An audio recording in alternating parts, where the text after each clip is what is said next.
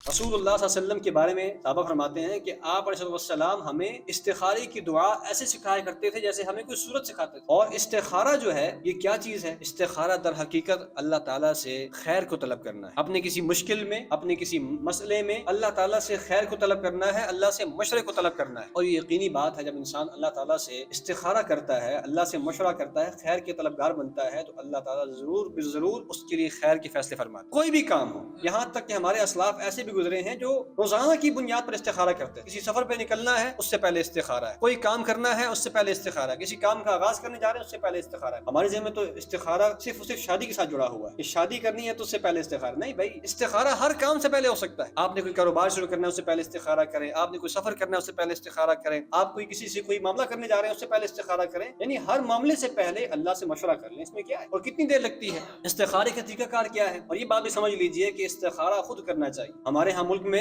استخارہ سینٹر بنے ہوئے ہیں، باقاعدہ بعض لوگ آپ سے کہیں گے کہ استخارہ ہم سے کروائیں، یعنی مسئلہ میرا ہے اور حل وہ کر رہا ہے۔ یہ کون سی بات؟ استخارہ ہر انسان خود اپنا کرتا ہے، جس کو مسئلہ درپیش ہے، جس کو پریشانی ہے، وہ کرے گا اللہ سے مشورہ، یا وہ کرے گا جس کو مسئلہ ہی کوئی نہیں۔ تو لوگوں نے خالی اپنی کمائی کے لیے اور اپنے خالی کاروبار کے لیے استخارے کو ایک ذریعہ بنایا ہوا ہے۔ استخارہ اس بندے کو خود کرنا چاہیے جس کے ساتھ کوئی مسئلہ درپیش ہے۔ تو طریقہ کار کیا ہے؟ طریقہ کار یہ ہے کہ آپ نے وضو کرنا ہے، وضو کرنے کے بعد 2 رکعت نماز پڑھنی ہے، 2 رکعت نماز پڑھنے کے بعد آپ نے استخارے کی دعا پڑھنی، اور استخارے کی دعا تقریباً ہر دعا کی کتاب کے اندر موجود ہو۔ یہ ساری دعا آخر تک یہ استخارے کی دعا ہے، اس کو پڑھیں گے اور اپنے ذہن کے اندر اس مشکل کو لے کے آئیں، اپنے ذہن کے اندر اس مشکل کو لے کے آئیں گے، جو پریشانی آپ کو ہے، جو آپ کو معاملہ درپیش ہے، اپنے ذہن میں اس کو لے کے آئیں گے، اللہ تعالیٰ ضرور بالضرور اس معاملے میں آپ کے لیے خیر پیدا کرے۔ اور یہ بات بھی ذہن میں رہے کہ استخارے کے بعد کوئی خواب وغیرہ نہیں آتا۔ بعض لوگوں کا یہ نظریہ ہے کہ استخارہ کریں گے تو کالی خواب آئے گی، سفید خواب آئے گی، تارے آئیں گے، چاند آئے گا، سورج، کچھ بھی نہیں آتا بھائی۔ استخارے کا خواب کے ساتھ کوئی تعلق نہیں، اور اسی لیے بعض لوگ رات کے وقت استخارہ کرتے ہیں، رات کو سونے سے پہلے استخارہ کرتے ہیں، پھر فوراً جو ہے کہتے ہیں کوئی بھی کام نہیں کرنا، اس کے بعد استخارہ کر لیا ہے اس کے بعد کوئی کام نہیں کرنا، بس فوراً سو جانا ہے۔ فوراً سے کیا ہوگا؟ جیسے ہی آپ سوئیں گے آپ خواب کی دنیا میں چلے جائیں، اللہ تعالیٰ کو بتائے گا ہاں جی آپ نے یہ کرنا یہ نہیں کرنا، نعوذ باللہ من ذالک۔ یہ لوگوں نے خود سے اپنے سے باتیں بنائی ہوئی، ایسی بات نہیں، کسی حدیث کے اندر ایسی بات کا تذکرہ نہیں ہے کہ استخارے کے بعد کوئی خواب آتی۔ ہاں یہ ضرور ہوتا ہے کہ استخارہ کرنے کے بعد اللہ تعالیٰ